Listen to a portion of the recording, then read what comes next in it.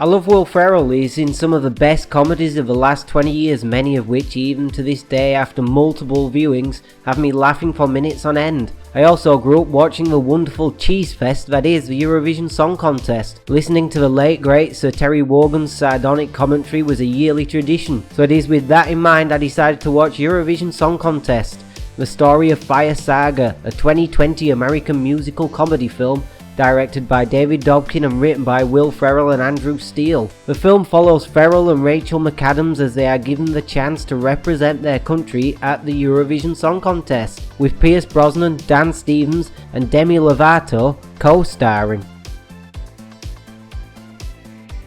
Two small-town singers chase their pop star dreams at a global music competition, where scheming rivals, high stakes and on-stage mishaps test their bond. Okay, let's get into the bad points about this one.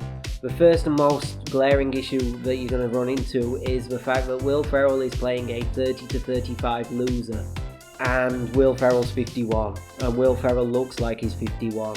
And then you put him next to Rachel McAdams, who is 41. And she looks like she's age appropriate. She could be a 30 to 35 year old loser. Whereas Will Ferrell just looks like a dad. He definitely doesn't look like her love interest, which is what he's playing here. So that's a really big glaring issue you're going to run into straight away. Then the second most glaring issue you're going to see is there are no jokes in this movie for the first 25 minutes. And there are only about 3 or 4 jokes in the first hour. And I think a lot of people have probably turned this off bored before the movie even gets going. So it's 2 hours long. I think if it had been an hour and a half, an hour and 40 minutes, it would have been way better. And the good points. I think this captures the cheesiness of Eurovision and why people love Eurovision perfectly. But the biggest problem with that is, if you're an American and have no experience of the Eurovision Song Contest, then you're not going to get the jokes, because the jokes are basically parodying the Eurovision Song Contest, and that's why they're funny. You have to know about the Eurovision Song Contest to laugh at most of them. Now, there are moments in this movie that are genuinely laugh out loud funny. Most of them, though, come in the last hour of a 2-hour film, so I think a lot of people are probably going to get bored before they kick in, which is a shame. The other really good thing about this movie are the songs.